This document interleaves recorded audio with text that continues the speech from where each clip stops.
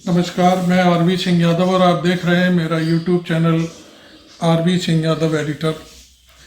आज मैं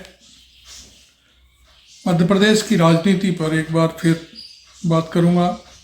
राहुल गांधी आज मध्य प्रदेश के राजधानी भोपाल में है और वहां पर उनका रोड शो चल रहा है। जिस तरीके से वहां पर भीड़ का सैलाब उमड़ रहा है, उससे लगता है कि मैं समझता हूँ राहुल गांधी के नाम से जैसा उनका नाम गांधी है और उसी तरह से उनके पीछे जन समुदाय की आंधी है, ये कहने में कोई गुरेज नहीं होना चाहिए। क्योंकि जिस ट्रक पर राहुल गांधी चल रहे हैं वो ट्रक के आगे पीछे और किलोमीटरों तक लंबी लाइनें लगी हुई हैं। आगे भारी जन सैलाब है। हर व्यक्ति, हर महिला, हर बुजुर्ग, हर बच्चा राहुल गांधी से हाथ मिलाना चाहता है, लेकिन वो ट्रक पर हैं। लोग फूल फेंक रहे हैं और सिक्योरिटी फूलों को बचाने के लिए अपना बैग ऐसे लगा देती है, जो बैग है सिक्योरिटी के पास, कि राहुल गांधी के चेहरे पर कहीं फूल ना लगे या कोई ऐसी कोई चीज़ ना लगे जिससे उनको तकलीफ हो, उनकी आंखों में कोई प्रॉब्लम ना हो जाए। लेकिन वहाँ से बार बार अनाउंस भी हो रहा है कि राहुल गांधी सभी से हाथ हिलाकर अभिवादन कर रहे हैं, आप लोग फूल ना फेंकें तो ज़्यादा बेहतर है। एक सज्जन ने आकर के ट्रक के पास अपनी शॉल दी और उस शॉल को उन्होंने बाकायदे राहुल गांधी के गले में उनके साथ जो नेता चल रहे थे उड़ाया। और इसी तरह से बहुत सारी चीज़ें और भारी पुलिस फोर्स उनकी सुरक्षा व्यवस्था में लगा हुआ है।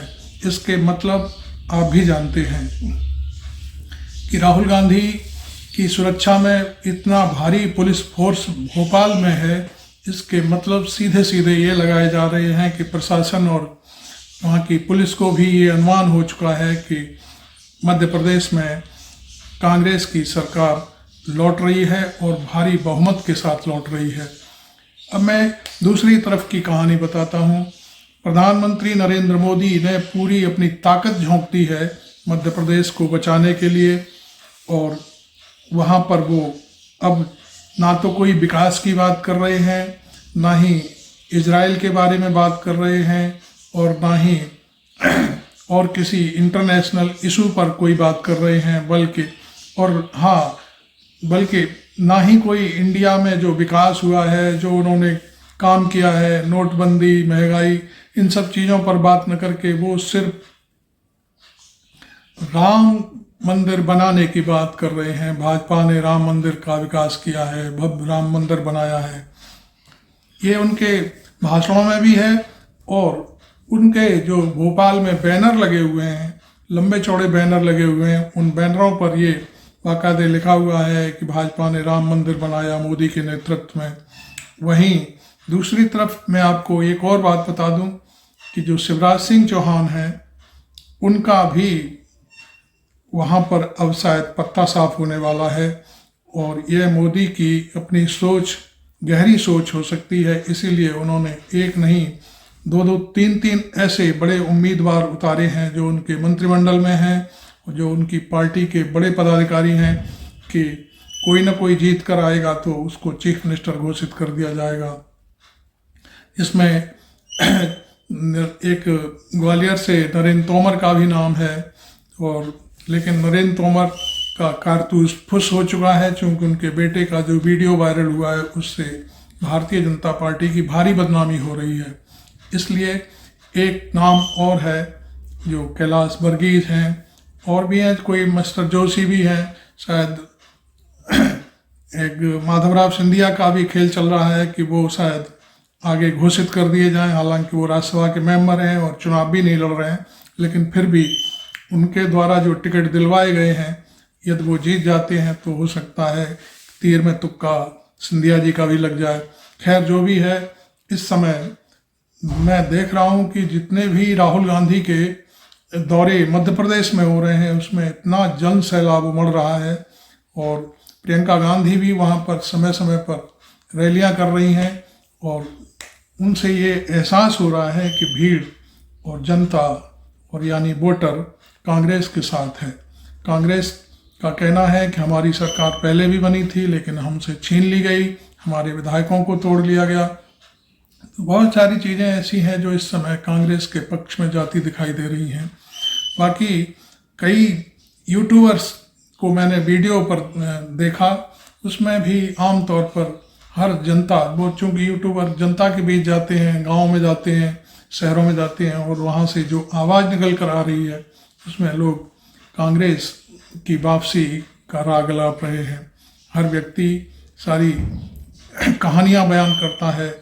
चंबल में तो एक साधु, एक संत हैं, उन्होंने तो मालूम नहीं नरेंद्र मोदी और ये कृषि मंत्री नरेंद्र तोमर के लिए मालूम नहीं क्या क्या बोला एक यूट्यूब चैनल पर। वो मैं शब्दों को यहाँ पर आपके सामने नहीं रख सकता क्योंकि वो बहुत ही एक ऐसा समझा जाए कि जनता की आवाज़ के रूप में संत बोल रहे थे, वो मैं यहाँ नहीं कह सकता।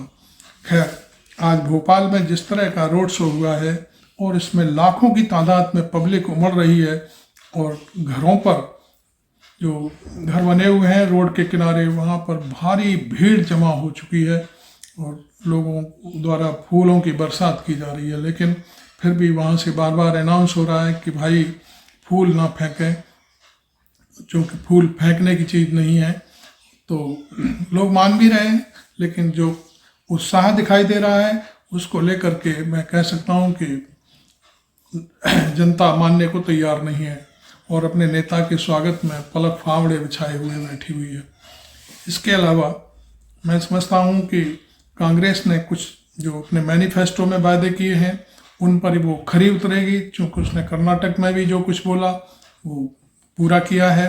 इसी तरह से उसका मध्य प्रदेश में भी जो फॉर्मूला है वो शायद फिट बैठता दिखाई दे रहा है। तो आप देख रहे हैं मेरा YouTube channel RB Singh Yadav. आप मेरे इसको वीडियो को शेयर करें और मुझे फॉलो भी करें और इस पर कमेंट जरूर करें। Thank you very much. प्रति क्विंटल मिलेगा। बिजली का बिल 100 यूनिट 100 रुपए और हाफ बिल 200 यूनिट का। अब आखिरी बात मैं आपसे कहना चाहता हूं, देखिए हमारी सरकार थी और हमने बहुत अच्छा काम शुरू किया था। किसानों का कर्जा माफ किया और जो छोटी इंडस्ट्री होती है, जो किसी भी प्रदेश की रीढ़ की हड्डी होती है, जो रोजगार देती है, उसकी मदद करने हमने शुरू की थी।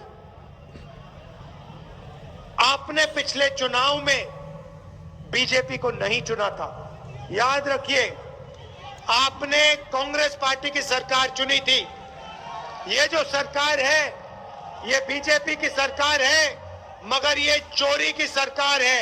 ये आपने नहीं दी, ये चोरी करके बनाई गई है। आपके आंखों के सामने ये सरकार आपसे चोरी करके ली गई है। इसीलिए मैं चाहता हूं कि इस बार मध्य प्रदेश की जनता बीजेपी को साफ बता दे, यहां पे 150 सीटें कांग्रेस पार्टी को आनी चाहिए, एक कम नहीं होनी चाहिए। हमारी सरकार बनेगी।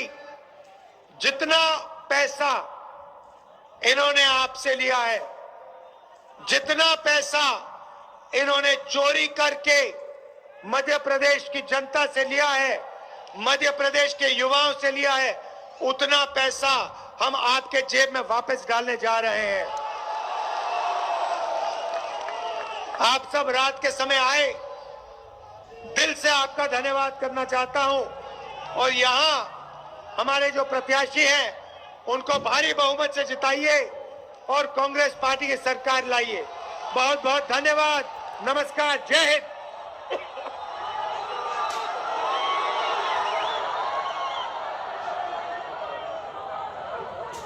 हाजी,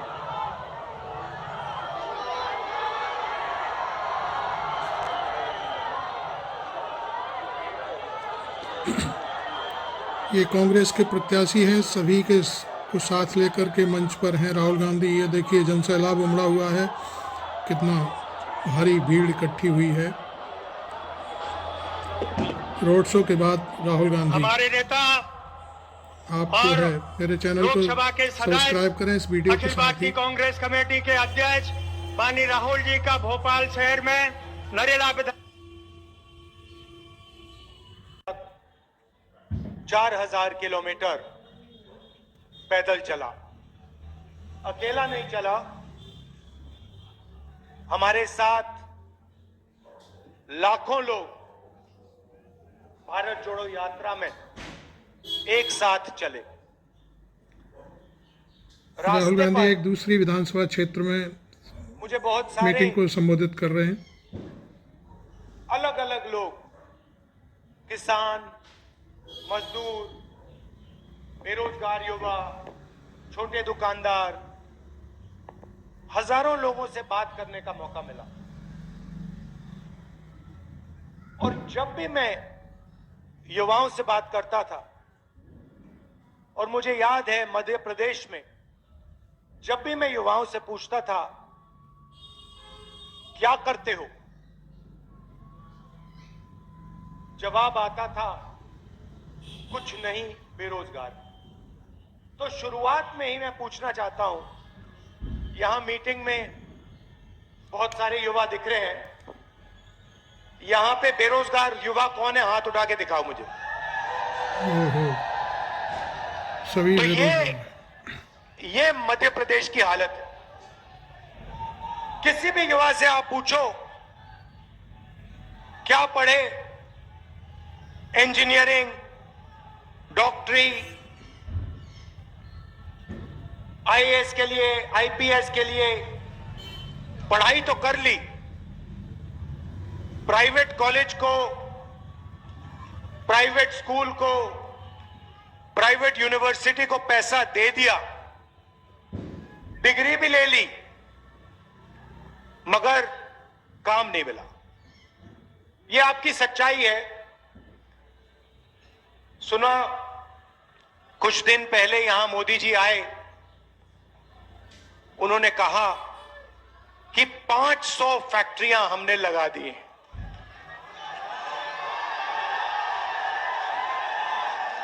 भीड़ मना कर रही है, कोई फैक्ट्री पता नहीं। नहीं, पहले आए थे, कहा था 15 लाख रुपए बैंक अकाउंट में डाल देंगे, काले धन को मिटा देंगे, और अब मध्य प्रदेश में हमने 500 फैक्ट्रियां लगा दी हैं। किसी को दिखी है फैक्ट्रियां?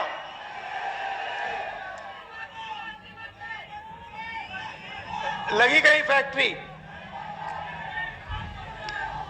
तो यहां पास में, मध्य प्रदेश के पास में छत्तीसगढ़ है।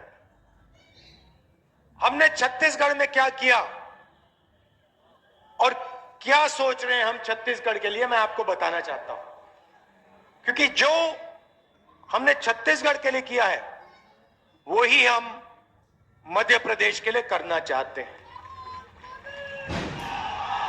तो देखिए, शुरुआत अगर हिंदुस्तान को या किसी भी प्रदेश को, भाई बाद में करना, या किसी भी प्रदेश को मजबूत बनाना है, पैरों पर खड़ा करना है, तो शुरुआत किसान और मजदूर से होती है। वो इस देश की नींव है, फाउंडेशन है, और अगर नींव कमजोर होती है तो इमारत नहीं बन सकती। तो छत्तीसगढ़ में हमारी क्या सोच, जो मध्य प्रदेश में हम करेंगे। सबसे पहले हमने छत्तीसगढ़ के किसानों को पिछले 5 साल में सही दाम देने की गारंटी करी। तो छत्तीसगढ़ में धान उगाते हैं। बीजेपी के समय तो तकरीबन 2000, भैया बैठ जाइए, बैठ जाइए, बैठ जाइए। बीजेपी के समय छत्तीसगढ़ में किसानों को तकरीबन 1800 रुपए धान के लिए मिलते थे। हमने चुनाव में गारंटी करके कहा, देखिए शुरुआत 2,500 रुपए प्रति क्विंटल धान के लिए होगा। छत्तीसगढ़ में हमने ये वायदा किया और आज छत्तीसगढ़ में धान के लिए सबसे ज्यादा पैसा, हिंदुस्तान में सबसे ज्यादा पैसा कांग्रेस पार्टी की सरकार किसानों को देती है। और लिया हम किसान को सही दाम मिल रहा है और वो बढ़ता जा रहा है, तो मजदूर को भी हमें पैसा देना पड़ेगा और हर मजदूर को 7,000 रुपए प्रति महीना कांग्रेस पार्टी की सरकार वहां पे देती है। तो किसान को और मजदूर को हमने गारंटी करके कम से कम सही दाम और उनके जेब में हमने पैसा दे दिया। हुआ क्या? किसान और मजदूरों ने अपने पैसे को कस्बों में, गांव में खर्च किया। छोटे दुकानदार के पास गए, चीजें खरीदी, मोबाइल फोन खरीदा, शर्ट, पैंट, जूते, ये सब खरीदना शुरू किया। और खरीदने के बाद छत्तीसगढ़ की अर्थव्यवस्था, जैसे गाड़ी का इंजन चालू होता है, छत्तीसगढ़ की अर्थव्यवस्था चालू हो गई। अब देखिए, कुछ ही दिन पहले मैं छत्तीसगढ़ में था, वहां पे 10-15 किसानों से मेरी बात हुई। मैंने सवाल पूछा, उनसे पूछा, भैया आपकी जमीन का दाम क्या है? मैं हैरान हो गया। किसान मुझे कहता है, राहुल जी हमें जमीन का दाम नहीं मालूम। मैंने कहा, क्या कह रहे हो? आपकी जमीन है, आपको दाम ही नहीं मालूम? कहते हमें दाम पता लगाने की कोई जरूरत नहीं है। मैंने कहा, क्यों? कहते हैं मर जाएंगे मगर जमीन नहीं बेचेंगे। तो मैंने कहा, क्यों? कहते हैं, राहुल जी बीजेपी की सरकार के समय कर्जा था, हम आत्महत्या की सोचते थे, आज आपने हमारा कर्जा माफ कर दिया, सही रेट, धान के लिए सही रेट आप देते हो, जमीन बेचने का सवाल ही नहीं उठता। हम जमीन क्यों बेचे? अगर हम बेचने नहीं जा रहे हैं तो दाम पता लगाने की क्या जरूरत? तो यह हालत है छत्तीसगढ़ में। और यहां पे 18,000 किसानों ने कर्जा ले लेकर आत्महत्या कर दी है। हमने यहां आपसे वायदा किया था कि हम आपका कर्जा माफ करेंगे, जैसे हमने छत्तीसगढ़ में किया। हमने आपसे कहा कि हम यहां कर्जा माफ करेंगे। हमारी सरकार थी, 27 लाख किसानों का कांग्रेस पार्टी की सरकार ने यहां मध्य प्रदेश में कर्जा माफ किया था। 100 यूनिट बिजली 100 रुपए के लिए हमने दी मध्य प्रदेश में। छत्तीसगढ़ में हमने बिजली बिल हाफ कर दिया था। अब यहां हुआ क्या? जैसे ही हमने किसानों के लिए काम करना शुरू किया, वैसे ही बीजेपी ने, बड़े बड़े उद्योगपतियों ने आपकी सरकार आपसे चोरी कर दी। आपके एमएलए उनको पैसा देकर, जो किसानों की, मजदूरों की कांग्रेस पार्टी की सरकार थी, उसको चोरी किया, परे किया और उन्होंने अपनी सरकार, यहां भ्रष्ट सरकार वापस ले आए।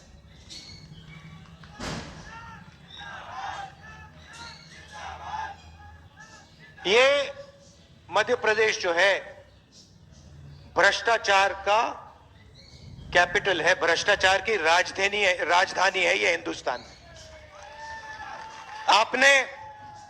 आपने ये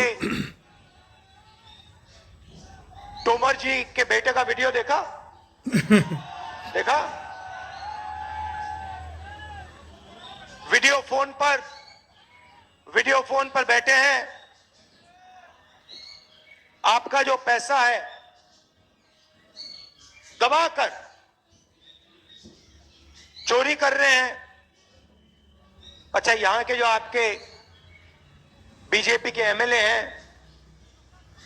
मंत्री हैं, वो कोई कम नहीं है। तोमर जी की और उनकी रेस चल रही है, कौन मध्य प्रदेश से के जनता से, किसानों से, मजदूरों से ज्यादा पैसा चोरी करेगा।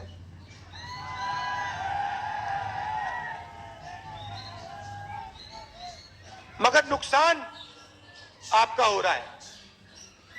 मैंने बेरोजगारी की बात की। भाइयों और बहनों, रोजगार अरबपति नहीं देते हैं। रोजगार छोटे दुकानदार, स्मॉल और मीडियम बिजनेस चलाने वाले, हमारे किसान, ये लोग रोजगार देते हैं। और बीजेपी की सरकारों में, चाहे वो दिल्ली की सरकार हो, मध्य प्रदेश की सरकार हो, छोटे व्यापारियों पर, स्मॉल और मीडियम बिजनेस वालों पर, किसानों पर आक्रमण होता है।